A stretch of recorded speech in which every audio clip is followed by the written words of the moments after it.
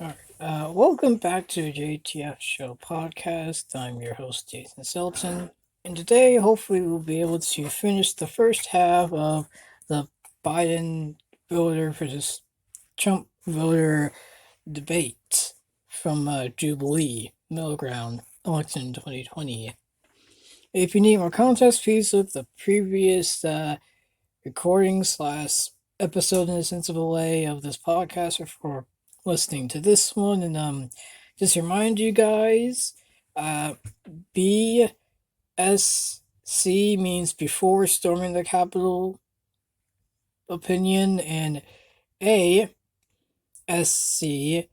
is after storming the Capitol opinion. I was not there for that. I watched as evil, just crazy people storming to the Capitol. I mean, you have to be crazy to do that. I mean, I don't know what else to say. Some are saying they apologize, but I mean, their lives are ruined, and sadly to say, that's their fault. I mean, you stormed the Capitol. What did you expect? But I'm not gonna get into that. I'm not gonna get into all that. I'll hopefully get into all of that with my video. Again, it might be delayed, so yeah. My video of telling my thoughts and give you guys a timeline of the storming of the Capitol to get more context of what happened in this 2020 in general, being honest politically. And yeah, let's I am worried about a civil war in this country. BSC opinion. I think we'll be fine. ASC opinion. I already answered this, and it's just a little bit. I don't want a civil war. I really don't. But ASC opinion. After I saw that storming the Capitol, and I think the military, part of the military and the National Guard is there with Biden's inauguration because of what happened. I don't want a civil war. We gotta pray. We really gotta pray. We gotta fast. We gotta pray. We really gotta come against the spirit of civil war, or the spirit of war and lawlessness and all that. Because I mean, just I'll talk all about that. But I don't want a civil war. I don't think really anybody wants a civil war. But some people might think that's the only way to have this country or get this country back in a sensible way or to heal it. We don't need to have a civil war. We can have good discussions like Jubilee, and that's why we love this YouTube channel, Jubilee. It's just a great conversational channel that we need. Like, really need. I don't especially think now. It'll be a civil war the way we think of it on battlefields, but I think in many ways it's already happening. I think no matter who wins the election, no one's going to accept it. There's going to be rioting, there's going to be everything, regardless of what happens. Yep. It should be a real priority for a lot of people, calming things down. We are going to most definitely, I believe, have some bloodshed after the election. I do not think it's going to be like you said, Mikey, on a battlefield, but I feel like it was kind of on a battlefield, the Capitol. But again, this was before all that. This video was on October 29th, 2020, so this was even before the 2020 presidential election. So, yeah, that's how old this is. That's why I have two different perspectives, because, you know, feel like it will just happen in general. In communities. There's hundreds of militias around the country, and I think we're only focusing on one, ignoring that there are these chapters that are in every single state around the country. The Boogaloo movement, for example, has had dozens of people arrested this year. Oh yeah, Boogaloo. I think Boogaloo was there with the storming of the Capitol. I don't remember. I did heard about Boogaloo just now because of that. It says the Boogaloo movement, whose adherents are often referred to as Boogaloo Boys or Boogaloo Boys is a loosely organized far-right anti-government and extremist political movement in the United States. Of course, this is by Wikipedia, and just a little bit of a lighter note here. Jubilee really loves getting Wikipedia, I guess, but that's them. That they have the choice to do that. I'm not saying it's good or bad. I just noticed that Jubilee really quotes a lot of things from Wikipedia. Not saying that they're right or wrong about their information. I'm just saying that I just noticed that. That's just me. I just noticed that. Pretty much. Yeah, it makes sense that something like Boogaloo would be there. The Boogaloo people. This year alone by the Boogaloo FBI, because traitors. they've shot police officers, they've shot at protesters, they've planted or tried to plan bombings. And just the other week, we learned they tried to kidnap a governor of a state. There are people out there who are genuinely trying to do more than just punch someone or whatever in the street. They are going for full-on, biggest possible show of violence you can go for. And I'm far more worried about that level of extremism than I am about the Proud Boys. I might problems with Biden. But after Trump got COVID, he didn't bash the First Lady or Trump. He said, this is not a right issue or a left issue. This is an American issue. I have never seen that coming from Donald Trump. And that is what I worry about the most, is that I don't feel like Donald Trump will be able to calm the nation if something does. He hasn't. He's actually spewed hate. I mean, let's be real. He did that. He made it like a fire of division. Trump pretty much took a flamethrower with a little bit of water spurts at the end of the day. Well, Biden, being honest, I think can hose some things down, but let's be real, the only person who could really, truly, fully heal this country is Jesus, by a Christian worldview. Jesus can wash it all away. But I think Biden can, use a hose and, unlit some fires out, but at the end of the day, that's one of the reasons why Christians are here for, and all that is that we should start the healing of this country, and Jesus Christ should finish it in a sense of a way, and that's pretty much how that works. I'm not going to debate that, but, I mean, we don't just stand idly by. That's what I'm trying to say. I definitely agree with you, AK. Once again, like I said a little bit earlier, just the rhetoric that he uses is going to cause some people to get angry. He hasn't, to my knowledge, actually said if he's going to accept the results of the election, which also, of course, would make... Eventually he did. It took, yesterday for him to finally said it? I don't remember. But, oh boy. Oh boy. Everyone's a little upset if, the numbers are adding up and the Electoral College votes, and we've got 270, and he still refuses to accept that. It makes people feel like they might have to resort to violence in order to remove him from office. We talked earlier about how he's a kind of a showman. Man, it was the opposite. They used the violence to let him stay in office. It was the opposite. He wasn't a politician. He doesn't know the words. This is a moment, probably more than ever in my lifetime and all of our lifetimes, where words are going to really, really matter. Yep. They're convincing their supporters the whole thing will be rigged. So no matter what happens, they shouldn't accept it. It's not going to be long before the tiki torches turn to guns and people shooting at each other like we saw in Kenosha, Wisconsin. That was unfortunately 2 people's lives lost. What happens when it's 30? When it's 50? How much violence are we going to be able to... Or when it's 4 people. I think 4 officers and 1 woman. Talk about the Capitol. And it's just... wow.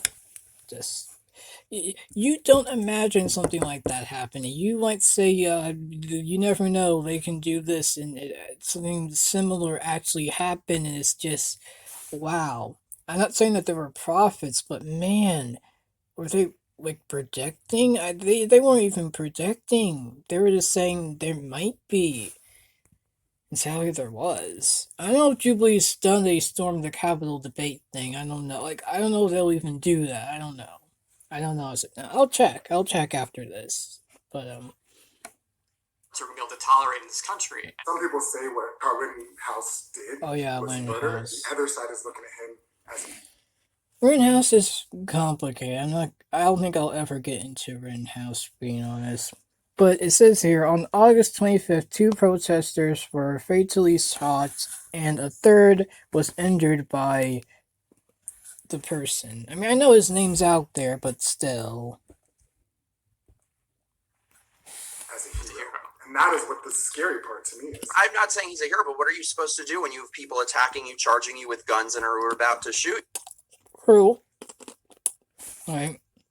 Try not to talk with food in my mouth, but it just depends. I think in some cases Rittenhouse was trying to defend himself, but in other cases I feel like he could have just done maybe hand to hand. But there were guns drawn at him, and they were about to shoot. He had a gun. Not saying that it was alright, but at the end of the day, if you know how to use a gun, shoot them in the leg, or shoot them where you know it might hurt, but it won't kill them. But anyways. To shoot you. Now, I haven't owned a gun before, but I have shot it before, and I have aimed a gun before. I shotgun a rifle and a pistol. So I get it. Once. So I'm not saying that I know all of guns. I don't.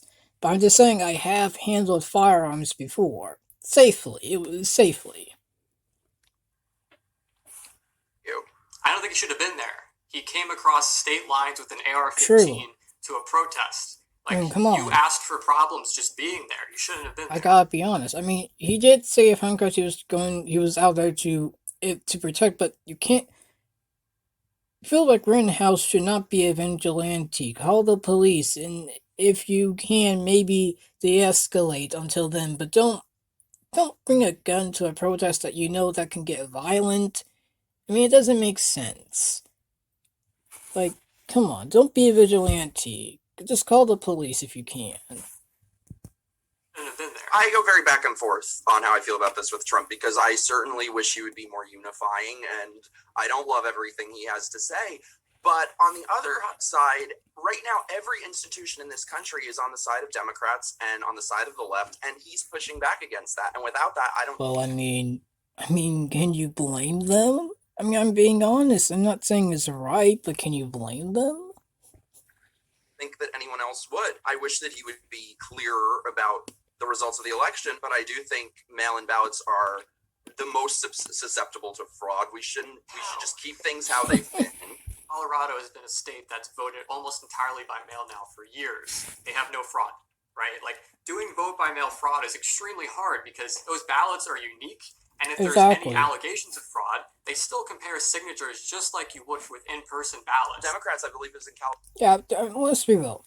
With the whole election fraud drama, excuse my language, the whole election fraud crud, sorry, because it was very just, if you listen to the Georgia Claw with Trump, my gosh, it's very telling. But anyways, I'll hold my peace. Calm down. The whole election fraud stuff. Okay. I think it was kind of like Russian collusion. There was some form of voter fraud, but not enough to overturn anything. That's how I feel about it. I believe it was in California, wanted to get rid of signature verification. Mm-hmm. They said it was racist. It was racist to have your ID at a voting poll all of a sudden. If we're being honest, how many of us really know what extent of integrity there are in the elections? There were a lot of shady things happening in the midterms in 2018. In Broward County in Florida, there was a woman who had been convicted of destroying ballots, and she's still now in charge of handling the ballots. So I think there's a lot of blame on both sides, as AK said. But my question to you, Mike, is if Trump wins the election, do you think he's still going to be pushing for fraud? No, I think we'll see what happens. I think it depends on the facts, if there is any. He's only going to push... Yep, that's the problem. ...for fraud if a liberal candidate wins. But if he wins, everything, we can trust it. It's great. That is an issue. That is an issue. It is a big issue, and I think that's why Trump lost. And just, yeah. And to clarify with saying I was saying that Trump used God as a political tool instead of God. I was trying to say that God I was trying to say that Trump used God as a political tool instead of worshiping him, instead of actually using God. I won't say using God, but actually having a relationship with him and just using him for his own political gain, which he did. Just to clear things up with that.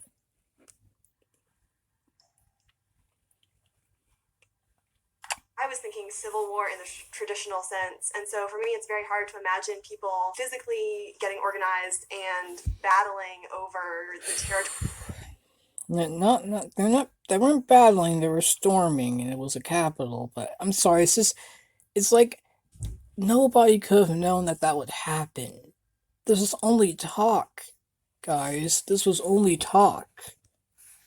But, like, talk as in we don't want that, not talk as in we want that. The territory of the country. I do think that the country is divided. I don't necessarily think that that's anything super new. You know, elections have always been pretty 50-50, so I think that's a really great reason why it makes a lot of sense to move decisions away from the federal and national level and move decisions to the state level, because I think that's one of the best ways to be an option for people who disagree to still live in the same country. I did have kind of a story to give regarding mail-in voting. And whether or not it is corruptible. I have 2 roommates, and I know that they're not voting the same way I am. And I received both of their mail-in ballots. I have integrity, like I just gave it to each of them. But the thought did occur to me, like somebody who could justify that to themselves could either A, throw away their ballots, or they could B, fill them out for their candidate of choice and mail. That is true. I think that is possible, but not to the extent of overturning. At the end of the day, the higher ups of election fraud want to overturn it, while people like me just want fair elections, which they said that they wanted, but at the end of the day, they wanted Trump to win. We know this. They wanted Trump to win. They didn't want a fair election. They wanted an election where Trump won. I mean, that's just a fact. And mail them back. If we're talking about not accepting the results of an election. No, Hillary, if I'm correct, actually conceded the next day. And the Democrats did do Russian collusion, but they ended that and just went to something else. The opposite pretty much happened with Trump, as if with 2020. They didn't turn to anything else. They just kept doing it until it was laughable, and it was like, seriously? Well, let's see. An election, I feel like Democrats still have barely accepted the results of the last one. They've said for so long he's not a legitimate president. Russia put him there. I feel like Democrats like to talk a lot about democracy, but they're the ones who have shown a pattern of not accepting it. They're the ones who rigged their primary against Bernie Sanders. In the 2016 primary, they threw voters off the rolls. They destroyed 200,000, or not ballots, they took 200,000 voters off the rolls in Bernie Sanders' own hometown. So I think there's a lot of blame on both sides in this. That everyone only likes the outcome of an election when it suits them. I'm just kidding. I 100% agree to Maggie's point and also Mike's.